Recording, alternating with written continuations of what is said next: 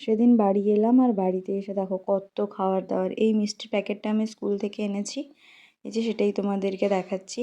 তারপর এক জেঠু মানে বন্ধুর বাবা, সে হচ্ছে খাবার দিয়ে গেছিলো বাস স্ট্যান্ডে, আমি সেটাই এনেছি। এই যে মা এখন সেগুলো খুলবে।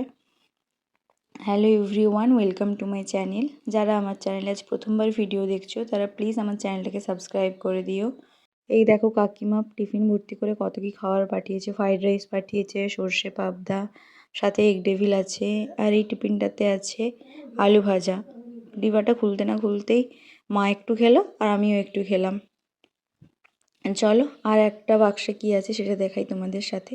এখন এই খাবারগুলো খাবো না, এখন রেখে দেবো, তারপর বাবা এলে একসাথে মা বাবা আমি তিনজনে একসাথে বসে খাবো। অনেক দিন পরে এসেছি, একসাথে তো খেতে বসতেই হবে। এই যে এক টিফিন ভর্তি মাংস পাঠিয়েছে জেঠু, খাবারগুলোর সাথে একটা কেকের প্যাকেটও কিনে পাঠিয়েছে। আর আমি মেদিনীপুর থেকে এই যে মা বাবার জন্য এই বিস্কুটটা এনেছি।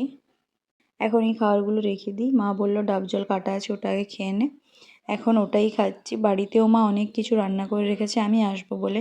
আমার পছন্দের মাছ করে রেখেছে, ওই যে মাছের টক করে রেখেছে, সাথে মাছ ভাজা, বড়ি দিয়ে পুঁই মেরির তরকারি।